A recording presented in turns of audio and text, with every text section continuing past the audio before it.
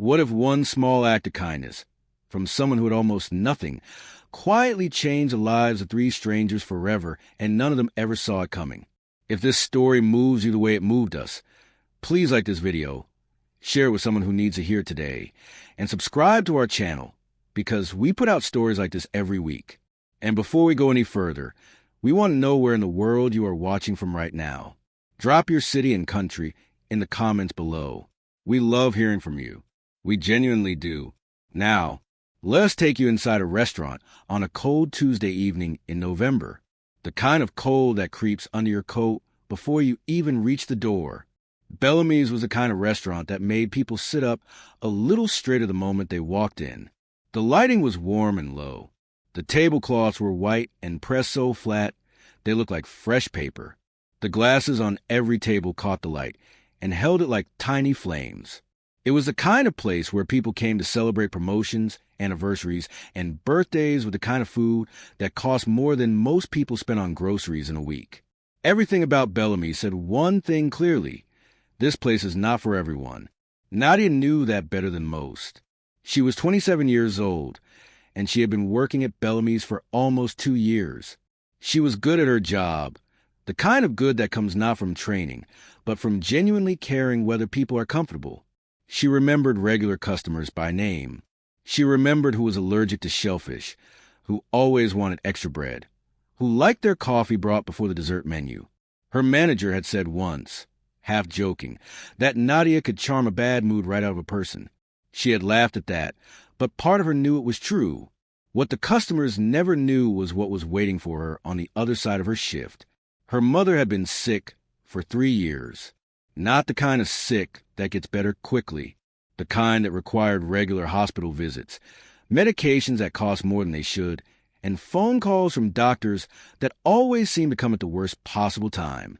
Nadia was the oldest of 3 children, and she was the only one currently in a position to help. Her student loans added another weight on top of that. Every table she served, every tip she received, every extra shift she picked up went somewhere important before to go anywhere nice. She did not complain about this. She had simply decided that this was her life right now, and she was going to carry it with her head up. That Tuesday evening, Bellamy's was packed.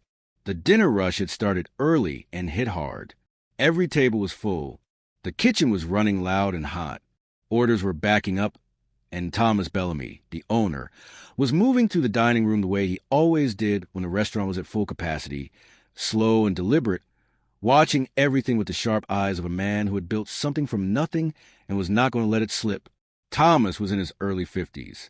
He had silver hair that he kept neatly combed, and he always wore a dark jacket in the dining room, as though the restaurant itself was a stage, and he was always dressed for it. He was not a cruel man, but he was a man who cared deeply about image, about the way things looked, about the feeling that Bellamy's gave people a moment they walked in. That feeling was his life's work. He protected it the way other people protected their families. Nadia was balancing 3 plates and moving between tables when the door opened. She did not see him coming at first. She heard him before she saw him, or rather, she heard the change in the room. The low hum of conversation dipped slightly, the way it does when something unexpected walks into a space where everything has been carefully controlled. She set the plates down, smiled at the table, and turned toward the entrance. The man standing just inside the door was old, or at least he looked old. It was hard to tell exactly. He was wearing a coat that had clearly been through many winters, the kind of gray that used to be another color a long time ago. His boots were worn down at the heel. His beard was thick and untrimmed, and his eyes, even from across the room, had a look in them that Nadia recognized immediately. Not danger, not anger. Something quieter than both of those things. He looked like a man who had stopped expecting very much from the world. He stood just inside the entrance, not moving forward, not leaving, just standing there holding his coat closed at the front with one hand. A few guests near the door had already noticed him. One woman leaned slightly toward the man she was dining with and said something in a low voice. A couple near the window turned to look. Nobody moved toward him. Nobody said a word to him. The room simply tightened around his presence, the way water closes around something cold dropped into it. Thomas saw him from across the room. Nadia watched Thomas begin to move. She had seen that walk before. Measured, purposeful, the walk of man about to handle something quietly and efficiently before it became a problem. She knew what was about to happen. She had 3 seconds, maybe 4, before Thomas reached the man and asked him, politely but firmly, to leave. She moved first. She crossed the dining room quickly, weaving between tables, and reached the entrance just ahead of Thomas. She turned to the man with the same warm, open expression she gave every single person who walked through that door and said, clearly and without hesitation, "Good evening. Welcome to Bellamy's. Right this way, please." The man looked at her. Just for a moment, something moved behind his eyes. Surprise, maybe, or something older than surprise. He followed her to a small table near the back. Thomas stopped walking. He stood in the middle of the dining room and watched Nadia pull out the chair, set down the menu, and pour the man a glass of water as though this were the most natural thing in the world. Then Thomas walked over to Nadia as she turned away from the table, and he said in a low, tight voice, "Nadia, a word." She looked at him calmly. "He sat down, Mr. Bellamy. He has money. He wants to order food." She paused. "That makes him a guest." Thomas looked at her for a long moment. Then he looked at the man sitting quietly at the small table near the back, both hands folded in his lap, not touching the menu yet, just sitting with the careful stillness of someone who had learned not to take up too much space. Thomas said nothing more. He turned and walked away. Nadia took a breath and went back to her tables. But she kept one eye on a man in the worn gray coat, and something in her chest had already shifted in a way she could not quite name. The evening was far from over. Section 2. Nadia gave him a few minutes before she went back to his table. She had learned over 2 years of waitressing that people needed different amounts of time with a menu. Some people opened it and knew immediately. Others needed to sit with it, weigh their options, do quiet calculations in their heads that had nothing to do with what sounded good and everything to do with what they could manage. She had a feeling this man was doing the second kind of calculation. When she approached, he had the menu open, but he was not really reading it. His eyes were moving across the page slowly, not with the casual ease of someone browsing, but with the focused attention of someone searching for a specific number. She had seen that look before in other restaurants, in other seasons of her life, in the face of her own mother sitting at a kitchen table going through bills. He was looking for the cheapest thing. She did not make him feel that she noticed. She smiled and asked if he had any questions about the menu. He shook his head and said quietly, without looking up, that he would have the French onion soup. His voice was low and steady. There was something in it, some old quality, like a piece of furniture that had once been in a very fine room and still carried that in its grain even after years of hard use. Nadia wrote it down. She asked if he would like water or something else to drink. He said water was fine. She thanked him and walked toward the kitchen. She put the order in. Then she stood for a moment at the edge of the kitchen pass, where the noise of the dinner rush swirled around her, pots clanging, the chef calling out orders, the low-control chaos of a busy kitchen, and she thought about the man sitting alone at the small table near the back. The French onion soup was $7. It was the least expensive item on the menu by a significant distance. The next cheapest thing was $14. The steak started at $38. The soup was fine. It was good soup. Bellamy's did not serve anything that was not good. But it was a cold night, and the man looked like he had not had a proper meal in longer than that evening. Nadia pulled out her phone and checked her bank account. She did this the way most people do it when they already know what they're going to find, with a small tightening around the eyes before the number even loads. She had enough. Not a lot, but enough to do what she was thinking about doing and still cover her train fare home and the prescription her mother needed picked up on Thursday. She made the decision quickly, the way she made most decisions that mattered, without fanfare, without talking herself out of it. She went to the chef and placed a second order. A ribeye steak, medium, with the roasted vegetables and the house potatoes. She told him it was a kitchen extra, that they had over-prepared, and she did not want to go to waste. The chef raised an eyebrow, but did not argue. Kitchens are busy places, and busy places do not have long conversations about small things. She paid for it herself at the side terminal, 16 minutes into her shift, $38.50, including the sides, which was roughly what she made in tips on a slow weekday lunch. She did not wince. She entered her card details and moved on. When the food was ready, she carried both plates to his table herself.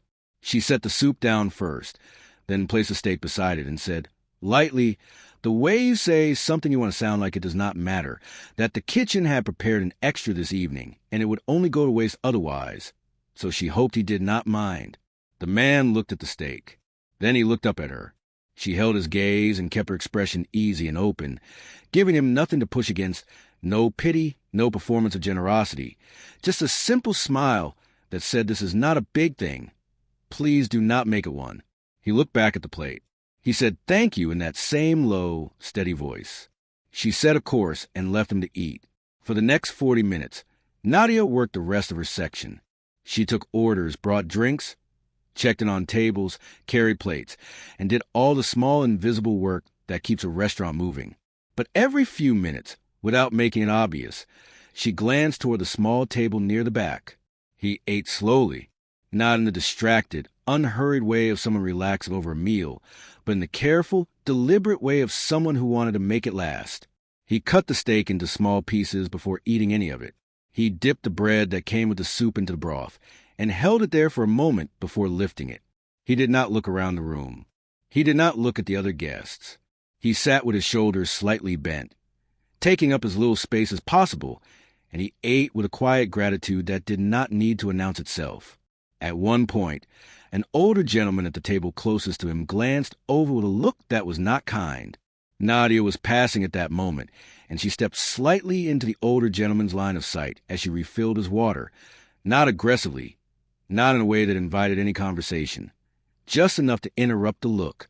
The older gentleman turned back to his own table. Nadia moved on. The dining room had begun to thin out by the time the man finished eating. The loud tables had settled. The early evening crowd had paid and gone, and the restaurant had moved into that quieter second half of the night when the remaining guests were the ones lingering over dessert or the last of a bottle of wine. The noise had softened. The kitchen had slowed. Nadia was clearing a table 2 rows over when she saw the man stand up. He rose slowly, with the careful movements of someone whose body had been through a great deal. He buttoned his coat, the same worn gray coat, and he straightened himself up to his full height for just a moment, something in that gesture that was not quite pride but was close to it. And then he turned and walked toward the exit without stopping at the front to speak to anyone. He did not look for Nadia. He did not wave or nod in her direction. He simply walked out, quietly, the way he had come in. She finished clearing the table she was working on, and then walked over to his. The soup bowl was empty. The steak plate was clean in the way that only happens when someone has eaten every single thing on it, and has not left a single roasted vegetable behind. The glass of water was empty, too. The napkin had been folded neatly and placed at the edge of the table, which was something most paying customers at Bellamy's did not even bother to do. And in the center of the table, where the plate had been, there was a folded piece of paper. Nadia picked it up. It was a small rectangle, folded twice, the kind of note you make from a piece of paper torn carefully from something larger. Her name was not on it. There was no name on it at all, just a fold, and whatever was waiting inside it. She stood at the empty table in the quieting restaurant, holding the note in both hands. Around her the last guests murmured over their meals. A glass clinked softly somewhere behind her. The kitchen had gone almost completely still. She unfolded it, and then she could not move. The handwriting was small and precise, not the shaky, uneven writing she might have expected, not hurried or messy. It was the handwriting of someone who had once written things that mattered, prescriptions maybe, or careful notes in the margins of important documents, the kind of handwriting that comes from years of needing to be exact. Each letter was formed with quiet intention, as though even now, even after everything, the man could not bring himself to be careless with words. Nadia read slowly. He wrote that he was not sure she would read the note. He wrote that he had almost not left it, that he had folded it and unfolded it twice while sitting at the table before deciding that she deserved to know what she had done, even if she did not realize she had done anything at all. He wrote that his name was Daniel. He wrote that he had been a surgeon for 22 years. a cardiovascular surgeon, the kind who operated on hearts, who stood over patients in the early hours of the morning making decisions that could not be undone. He had built a practice over 2 decades. He had a team, a reputation, a life that was full in a way that only becomes visible once it is gone. His wife had gotten sick in 2018. Cancer, the slow and stubborn kind that does not announce itself loudly until it has already made itself a home. She died in the spring of 2019. He wrote her name, just once, in the middle of the note. Nadia read the name and felt her throat tighten. After his wife died, Daniel wrote, he had not been able to go back. Not immediately. He had told himself he would return to work after a few weeks. The weeks became months. The practice could not wait indefinitely. He lost it. The apartment that had been their home together became unbearable to him, full of her in every corner. And he left it one morning with a bag and did not go back. He had been moving ever since. For 14 months, he had been living the way people live, when the world has stopped feeling like it has a place for them in it. He wrote that in 14 months, he had walked into 11 different restaurants. Every single one had asked him to leave before he could sit down. Some had done it with words. Some had done it with looks that said the same thing, without needing words at all. He had stopped trying after the 11th time. He had decided that he would not humiliate himself anymore, that he would eat from the places that did not require him to be seen, corner stores and shelters and the occasional soup kitchen 3 blocks from where he slept. But that evening he had been cold in a way that went past his coat and his bones and into something deeper, and he had walked past Bellamy's and seen the warm light through the window, and he had gone inside, without fully deciding to, the way you sometimes do a thing before the part of your brain that protects you and say anything about it. He had expected to be removed. He had prepared himself for it. The polite firmness, the apologetic but final redirection toward the door. He had his exit ready before he even reached the table. And then a young woman had looked at him like he was a person. He wrote those words plainly, without decoration. She looked at me like I was a person. Nadia read them, and her eyes filled so quickly she had to stop and press her fingers against her mouth for a moment before she could continue. Daniel wrote that he knew about the steak. He had known immediately. He had worked in a professional environment for most of his adult life, and he understood the mechanics of how things worked, what was plausible and what was not, and a restaurant producing an accidental extra ribeye at the precise moment a homeless man ordered the cheapest item on the menu was not something he believed for even a second. He wrote that he had almost said something when she set the plate down. He had almost told her she did not need to do that, but he had not, because the way she had said it, lightly, without making it heavy, without asking him to feel anything in particular about it, had given him something he had not been given in a very long time. She had given him the option to simply receive it with dignity. He wrote that he had sat at that table and eaten that meal, and for 40 minutes he had felt like a man again, not a former surgeon, not a widower, not a person the world had quietly set aside, just a man eating dinner in a warm room on a cold night. He wrote that he had made a decision while eating. He had contacts he had not called in over a year. A colleague would offer help twice and been turned away both times. He was going to call that colleague in the morning. He was going to begin the slow, hard, unglamorous work of finding his way back. Not because the road looked easy. It did not look easy. But because a woman who was clearly carrying her own heavy load had chosen, without being asked, to treat a stranger as though he mattered. He wrote, "If I still matter to a stranger, perhaps I still matter. And if I still matter, perhaps there is still something worth doing with whatever time I have left." The note ended there. No signature. Just the name he had given at the top, Daniel. And the small, precise handwriting filling both sides of the folded paper, and the silence of a nearly empty restaurant settling around Nadia, like something physical. She was crying before she reached the end. Not the quiet, controlled kind of crying that you can manage in a public place, but the sudden, total kind that starts somewhere deep and moves upward before you can do anything about it. Her shoulders shook. She pressed the note against her chest and stood at the empty table and let it happen. She did not hear Thomas approach. She only knew he was there when she felt him standing beside her, not touching her shoulder, not saying anything, just present in the way that people sometimes are when they understand that words are not yet the right tool. She held the note out to him, without looking up. He took it. She wiped her face with the back of her hand and looked toward the window while he read. Outside, the street was dark and cold, and the occasional person moved past quickly, coats pulled tight, heads down against the wind. She wondered which direction Daniel had gone. She wondered if he was cold. She hoped he was not cold. Behind her, Thomas was quiet for a long time. When he finally spoke, his voice was different from the voice he used on the floor. It was smaller.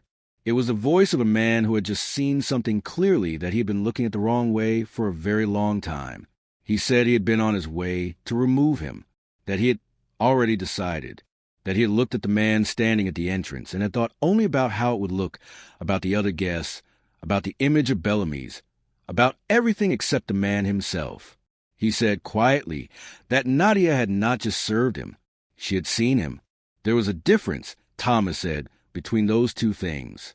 He had spent 30 years in the restaurant business, and he had somehow forgotten that the second one mattered more than the first. He folded the note carefully and held out to Nadia. She took it and put it in the pocket of her apron, close to her side, where she would carry it for the rest of the shift and then home on the train, and then place it on her bedside table that night before she slept. Thomas stood quietly for a moment longer. Then he said that if Daniel ever came back, his meals were free, every one of them, for as long as he wanted. No questions, no conditions, no looking at what he was wearing or what he looked like when he walked through the door. Nadia nodded. She did not trust her voice enough to speak. Just then, she went back to work. She finished her shift the way she always did, moving between tables, refilling glasses, clearing plates, carrying away her life quietly in a way she had learned to carry it. But something had shifted in her that could not be shifted back. Not the kind of shift that announces itself with drama, the quiet kind, the kind that changes the shape of how you move through the world from that point forward, so slowly and so completely that you would not be able to say exactly what happened, only that it did. Daniel walked through the cold that night with a piece of paper he did not have anymore, given to a woman he did not know, and somewhere in the giving of it he had put down a weight he had been carrying alone for a very long time. Whether he made the call in the morning, whether the road back was as long as he feared, whether any of it worked out the way he hoped, none of that was certain.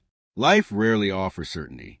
But he walked with his shoulders a little less bent than they had been when he arrived, and that was not nothing.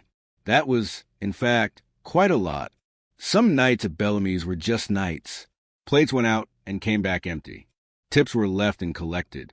The kitchen closed and the lights went low and the door locked behind the last guest, and everything reset for the following day. But some nights leave a mark, not on the walls or the tables or anything you can point to, on the people, on the quiet interior of the people who were there, doing ordinary things, when something extraordinary passed through the room without warning and changed the temperature of everything. That Tuesday in November was one of those nights, and none of the three people who carried it home with them would ever be entirely the same again.